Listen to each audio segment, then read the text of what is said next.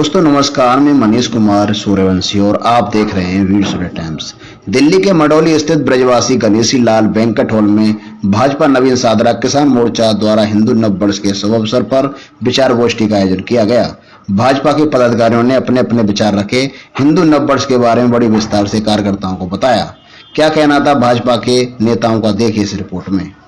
मैं इसके लिए अपने जिला अध्यक्ष को और युवा किसान मोर्चा अध्यक्ष परवेश दिवाकर जी को, मास्टर मनोज जी को बधाई देता हूँ कि नववर्ष के ऊपर, हिंदू नववर्ष के ऊपर किसान मोर्चे का इतना बढ़िया ऊर्जादायक प्रोग्राम हुआ।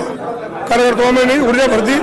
इस नए साल के ऊपर हम लोग नई ऊर्जा से काम करते हैं और वही ऊर्जा इस कार्यक्रम में देखने को मिली। और इतना सुंदर प्रोग्राम, इतनी भारी संख्या, उभरते भारत की उभरती तस्वीर, नया विजन, इसके साथ इन्होंने आज ये कार्यक्रम किया। मैं दिल से बधाई देता हूँ सभी को नववर्ष की भी। और हमारा नववर्ष कभी था ना है ना होगा। हमारा नववर्ष चैत्र के पहले दिन से शुरू होता है और वही हमारा नववर्ष है। आज हम मनाने के लिए यहाँ पर एकत्र हुए हैं। किसान मोर्चा हमारा नवीन सादरा जिला परवेश दिवाकर जी के नेतृत्व में पूरी टीम और बड़ी मजबूत संख्या में इन्होंने कार्यक्रम किया। और देश की जो भारत की उभरती हुई तस्वीर है नरेंद्र मोदी जी के नेतृत्व में, और अभी हम पिछले दिनों में 4 राज्यों में दोबारा चुनाव जीत करके आए हैं। अब भारत एक रोज नई ऊंचाई छू रहा है। पुनः एक बार सभी देशवासियों को नववर्ष की शुभकामनाएं। हिंदू नववर्ष लोग अधिक से अधिक इसलिए नहीं जानते हैं क्योंकि उसका कम प्रचार हुआ है। जब हमारे हिंदू नववर्ष का ज़्यादा से ज़्यादा प्रचार होगा तो इसको सब जानेंगे और इसको सब मानेंगे। क्योंकि इस दिन हमारे शास्त्रों में लेख मिलता है कि इस दिन ब्रह्मा जी ने इस संसार सृष्टि की रचना भी की थी। और दूसरा लेख ये भी मिलता है कि इस दिन से सतयुग भी प्रारंभ हुआ था। तो ऐसे हमारे शास्त्रों में, पुराणों में काफ़ी लेख मिलता है नववर्ष को लेकर। और नववर्ष कोई नया नहीं है, बहुत प्राचीन है, सनातनी है। और इसे हिंदुस्तान में प्रत्येक रहने वाले व्यक्ति को नववर्ष मनाना चाहिए। क्योंकि हिंदू कोई व्यक्ति नहीं है, हिंदू वो है कि जो हिंदुस्तान में रहने वाला प्रत्येक व्यक्ति हिंदू नववर्ष मनाए। और मैं इसी बात को विराम करते हुए अपनी वाणी को कहना चाहूँगा कि लक्ष्य ना ओझल होने पाए, कदम बढ़ाते चल, सफलता तेरी कदम चूमेगी, आज नहीं तो कल। जय श्री राम जी।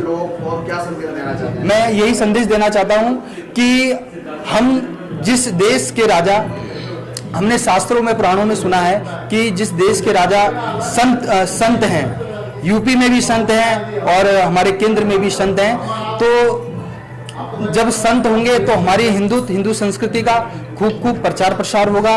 और हिंदुस्तान में रहने वाले कोई भी मजहब, कोई भी धर्म का हो, हमारा किसी से कोई विरोध नहीं है। सब एक साथ रहें, प्रेम से रहें, भाईचारे से रहें और हिंदुत्व का सम्मान करें।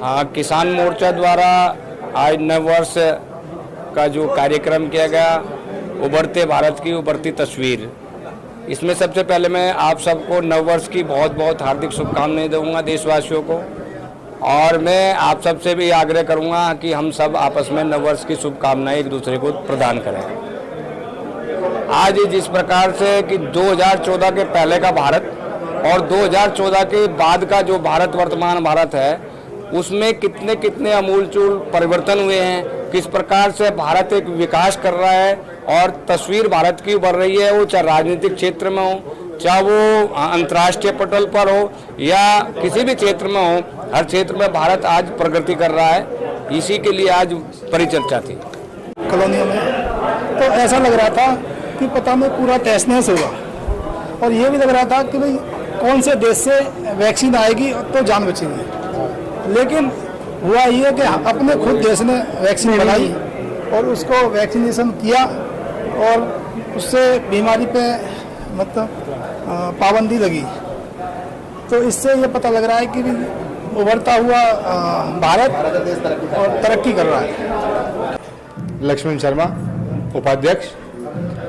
आज जैसा कि भारतीय जनता पार्टी किसान मोर्चा के द्वारा एक बहुत ही अच्छा शुभ संदेश दिया गया है, जिसमें क्या है कि विक्रमी संवत सन 2089 से जो हमारी प्राथमिकता थी, पहले जो अंग्रेजों के ज़माने से चली आ रही है, जो अब नई चीज़ की जनवरी में हम नया साल मनाया करते हैं।